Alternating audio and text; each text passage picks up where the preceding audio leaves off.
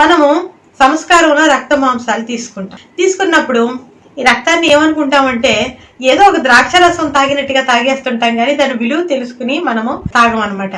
కానీ అందులో చాలా పవర్ ఉందండి, చాలా శక్తి ఉంది. సంస్కారం అప్పుడు భుజించేటప్పుడు అది సాధారణ రక్తంగా మీరు అనుకోవద్దు, చాలా పవర్ ఉంటుందండి, చాలా శక్తి ఉంటుంది. అందుకే మీరు అడిగేటప్పుడు విశ్వాసంతో అడగండి, నా పాపాలు క్షమించమని.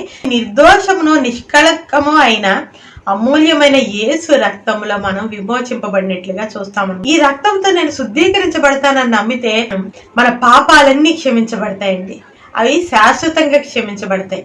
నీ పాపాలు నేను నా వీపు వెనక తట్టుకి విసిరివేశాను అంటాడు దేవుడు. తూర్పుకి పడమరి ఎంత దూరమో అంత దూరంగా నీ పాపాలు నేను విసిరివేశాను అంటాడు. ఆయనకి జ్ఞాపకం చేసుకోడు. అందుకే 1 యోహాను పత్రిక 1వ అధ్యాయం 7వ వచనంలో చూస్తే యేసు రక్తం మన ప్రతి పాపాన్ని కూడా శుద్ధీకరిస్తుంది అని ఉంటుంది అనమాట. చిన్న పాపమా పెద్ద పాపమా అని కాదు, ప్రతి పాపం నువ్వు ఎంత పాపివైనా కూడా, ఎంత వ్యభిచారమైనా, ఎంత నరహంతకుడైనా కూడా. ఎంతో మంది రక్షించబడ్డారు, నరహంతకులు రక్షించబడి సువార్త సేవ చేసుకుంటున్నారు, దేవుని నామాన్ని ప్రకటిస్తున్నారు, వాళ్ళకి విమోచన ఉందని నమ్మారు. పాప క్షమాపణ నిమిత్తము అనేకుల కొరకు చిందించబడుతున్న ఇది నిబంధన రక్తం అంటారు. ఇది ఒక నిబంధన అనమాట. ఈ నిబంధన ఎలా చేసుకున్నాడంటే దేవుడు, ఇప్పుడు మనం ఒక కాన్ఫరెన్స్కి వెళ్ళామండి, ఆ కాన్ఫరెన్స్ లో మనకి మీల్స్ కి మనకి ఒక టోకెన్స్ ఇస్తారు వాళ్ళు. మనం డబ్బులు కట్టినప్పుడు వాళ్ళు మనకి టోకెన్స్ ఇస్తారనమాట. ఆ లంచ్ టోకెన్ ఒకవేళ నీకు బాగోలేదు, లంచ్ టోకెన్ నువ్వు తీసుకుని వెళ్ళి ఆహారం తినవు, నీకు ఇష్టం లేదు, అలాంటప్పుడు దాన్ని వృధా చేయడం ఎందుకని నీ ఫ్రెండ్కి ఇస్తాం. నీ ఫ్రెండ్ తీసుకెళ్ళి ఆ లంచ్ టోకెన్ చూపించినప్పుడు అతనికి భోజనం పెట్టడం జరుగుతుంది అనమాట.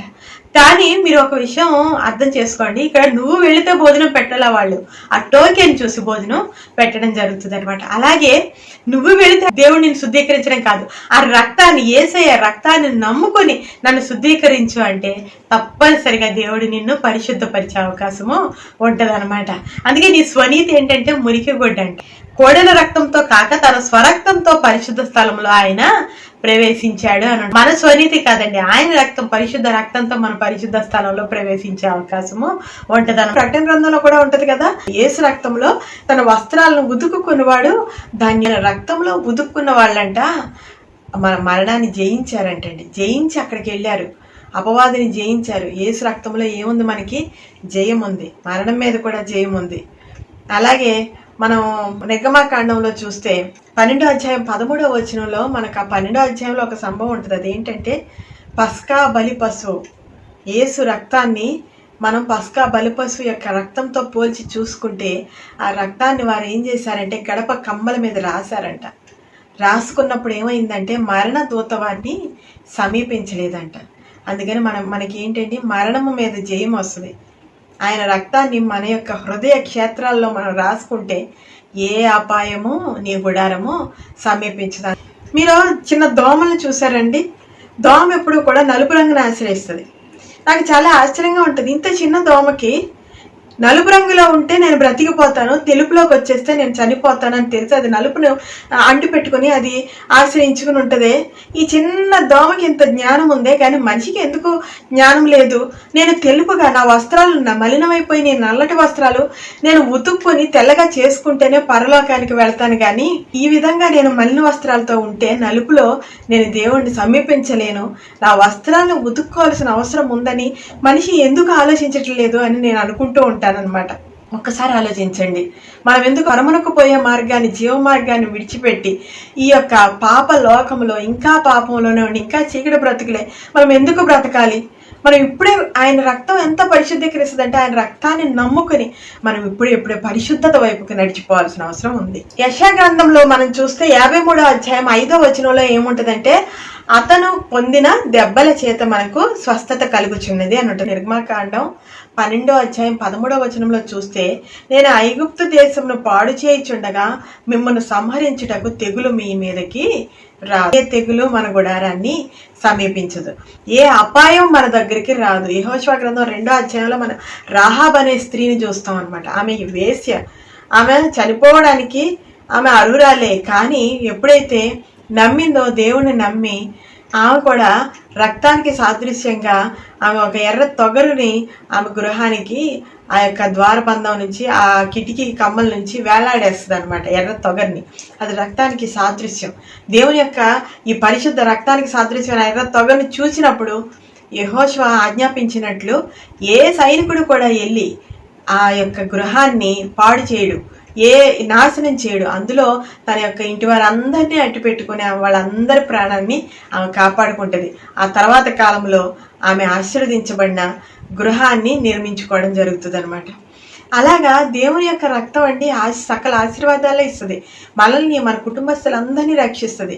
ఆయన రక్తాన్ని మన యొక్క హృదయానికి రాసుకోవాలి, మన యొక్క తలంపులకి రాసుకోవాలి.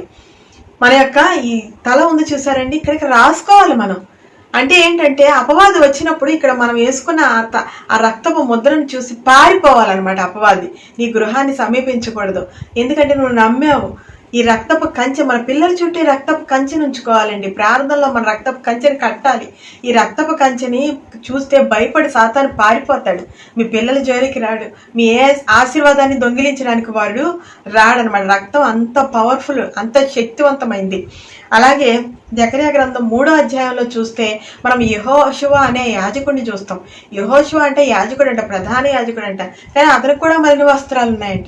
ఆ మలిన వస్త్రాలని చూచి అతను గురించి వాదించడానికి, ఇతను నా యొక్క సొత్తు, ఇతను నేను తీసుకెళ్తాను అని చెప్పేసి వాదించడానికి సైతాను వస్తాడనమాట.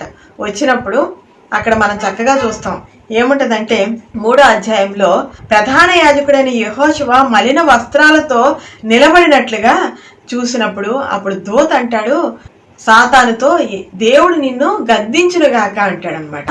దేవుడు ఏం చేస్తాడంటే సాతాన్ని గద్దించి నీ మీదకి ఏ విధమైన ఆపద రాకుండా, నువ్వు పాపం చేసి ఉండొచ్చు, సైతాన్ని వాదించవచ్చు, ఇతడు నా సొత్తు, ఇతడు నా ప్రాపర్టీ అంటాడనమాట. కానీ అక్కడ దేవదూత చెప్తున్నాడు దేవుడు నిన్ను గద్దించునుగాక అంటాడు సైతాన్. అప్పుడు దేవుడు గద్దించినప్పుడు సాతాను పారిపోయినప్పుడు ఆ యెహోషువ అనే యాజకుడిని దేవుని యొక్క జనంగా చేయడం జరుగుతుంది అనమాట. అలాగే నువ్వు కూడా ఎంత పాపం చేసినా నీ చీకటిని పారద్రోలి, చీకటిని గద్దించి, సాతాన్ని గద్దించి నిన్ను రక్షించేవాడు పరమ దేవుని యొక్క రక్తం. యేసు రక్తమే జయం అంటాం కదా, జయం ఉంది. యేసు రక్తంలో స్వస్థత ఉంది. యేసు రక్తంలో పాపం నుంచి పరిహారం ఉంది, నీకు పరిశుద్ధత ఉంది. యేసు రక్తంలో మరణ భయం నుంచి విడుదల ఉంది. యేసు రక్తంలో ప్రతి తెగులు నుంచి విమోచన ఉంది. యెహోషువ గ్రంథంలో చెప్పబడినట్లు ఏ అపాయము నీ గుడారము సమీపించకుండా ఆయన రక్తం మనల్ని కాచి కాపాడి రక్షిస్తుంది. ఈ వాక్యాన్ని కనుక మీరు విశ్వసిస్తే దయచేసి నేను ఇప్పుడు చేసే ప్రార్థనలో ఏకీభవించండి.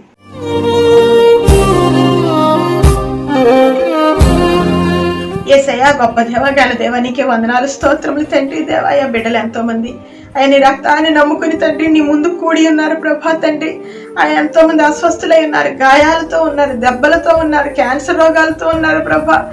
తండ్రి యేసయ్యా, ఈ కరోనా రోగంతో ఉన్నారు ప్రభా. ఎన్నో తెగుళ్లతో తండ్రి వ్యాపించబడి ఉన్నారు తండ్రి. వారి శరీరము అయా తండ్రి పాప రోగంతో మలినమైపోయి ఉన్నారు ప్రభా. కానీ తండ్రి అపాయంలో ఉన్నారు, బాధల్లో ఉన్నారు, భయంలో ఉన్నారు, బెంగలో ఉన్నారు ప్రభా. కానీ తండ్రి బిడ్డలందరినీ నీ దయగల హస్తాలకి తెచ్చేస్తున్నాను ప్రభా. ఆయన రక్తము యొక్క అయా తండ్రి ఆ ప్రొటెక్షన్ కిందకి అయా అందరి రక్తపు కంచె లోపలికి అందరినీ తీసుకొచ్చేస్తున్నాను ప్రభా. కానీ తండ్రి ఇప్పుడే అందరినీ తాకండి, అందరినీ దర్శించండి ప్రభా. తండ్రి వారి గృహాల్లో అయా తండ్రి ఏమున్నా కూడా, ఏ బాధ ఉన్నా నాకైతే తెలియదు కానీ ప్రతి బాధని తీసివేయండి. ప్రతి కీడు నుంచి అయా తండ్రి వారికి విమోచన దయచేయండి. ప్రతి అపాయము, ఏ అపాయము నీ గుడారము సమీపించదనే వాగ్దానము, వారికి యేసు ప్రభు రక్తంలో జయముందనే వాగ్దానము అయా తండ్రి అన్ని స్వతంత్రించుకోవాలి బిడ్డలు ప్రభా. తండ్రి ఏ అపాయానికి గురి కాకూడదు ప్రభా. ఇప్పుడే తండ్రి సాతాన్ని గద్దించి తోలివేయండి తండ్రి. ఆ గృహాల చుట్టూ నీ కంచె కాపుతలేయండి, నీ రక్తపు కంచెనేయండి అయా. సాతాను చిన్న బిడ్డల్ని తండ్రి వారి ప్రవర్తనని, అలాగే వారి పిల్లల ప్రవర్తనని దొంగిలిస్తుంటే అయా యవ్వనస్తుల యొక్క ప్రవర్తనని తండ్రి దేవ శాసిస్తుంటే ఇప్పుడే నీ రక్తాన్ని తండ్రి దేవ బిడ్డల బిడ్డల మీద ప్రోక్షిస్తున్నాను ప్రభా తండ్రి. అయా ఇప్పుడే తండ్రి సాతాను వెళ్ళిపోవాలి, సాతాను దూతలు వెళ్ళిపోవాలి, వారి గృహాన్ని విడిచి వెళ్ళిపోవాలి తండ్రి. ఆ గృహాలకి తండ్రి దేవా అయా ఏ శాపంతో వాళ్ళు కట్టబడి ఉన్నారు ఆ శాపాలు తొలగించండి, బంధకాలు తొలగించండి. అయా అపవాదిని వెళ్ళబట్టి ప్రభా ఆ గృహాల్లో అయా శాంతి సమాధానము దయచేయమని ప్రభా, విజయాన్ని దయచేయమని అయా తండ్రి ఇప్పుడే బిడ్డలందరినీ నీ దయగల హస్తాలకు అప్పచెప్తూ యేసయ్య అతి పుణ్య నామంలో దీనంగా అడిగి వేడుకొంచున్నాను తండ్రి. ఆమేన్.